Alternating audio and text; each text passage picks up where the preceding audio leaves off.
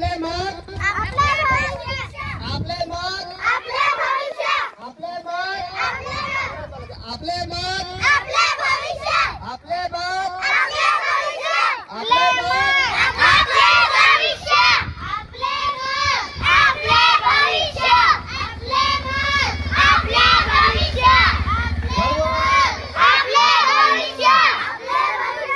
चला मतदान करूया. चला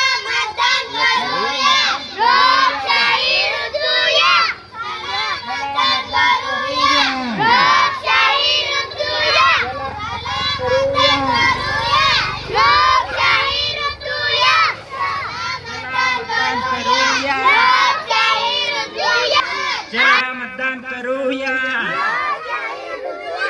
चला मतदान करूया. चला मतदान करूया. मतदान घेतलं होतं की नाही? घेतलं होतं ना? तर त्याचप्रमाणे आता आपल्या नंदुरबार जिल्ह्याचे खासदारांचं मतदान होणार आहे. तर त्या मतदानमध्ये कोणी मतदान करायचं आहे? ज्यांचे 18 वर्ष पूर्ण झालेले आहे अशा व्यक्तींनी मतदान करायचं आहे. तुम्हाला 18 वर्ष पूर्ण आहे का? नाही ना? मग तुम्ही त्या मतदानाला तुम्ही मतदान करू शकणार का? नाही. तुमचं जेव्हा 18 वर्ष पूर्ण होईल तेव्हा तुम्ही सुद्धा मतदान शाळेमध्ये मतदान घेतलं होतं. तेव्हा किती जण उभे होते? 6 जण होते. किती जण होते? 6 जण. तुम्ही 6 जणांना निवडून दिलं का? 6 जणांना निवडून दिलं का? नाही. 6 पैकी 2 जणांना निवडून दिलं. कोणाला निवडून गेलं? की जे आपल्या वर्गामध्ये चांगले पोरं आहे, जे हुशार आहे, जे सगळ्यांना सांभाळतील, सगळ्यांची काळजी घेतील असे त्याच मुलांना निवडून दिलं की नाही? कोण निवडलं होतं बरं? दिलवर. करा करा. कोण निवडलं होतं?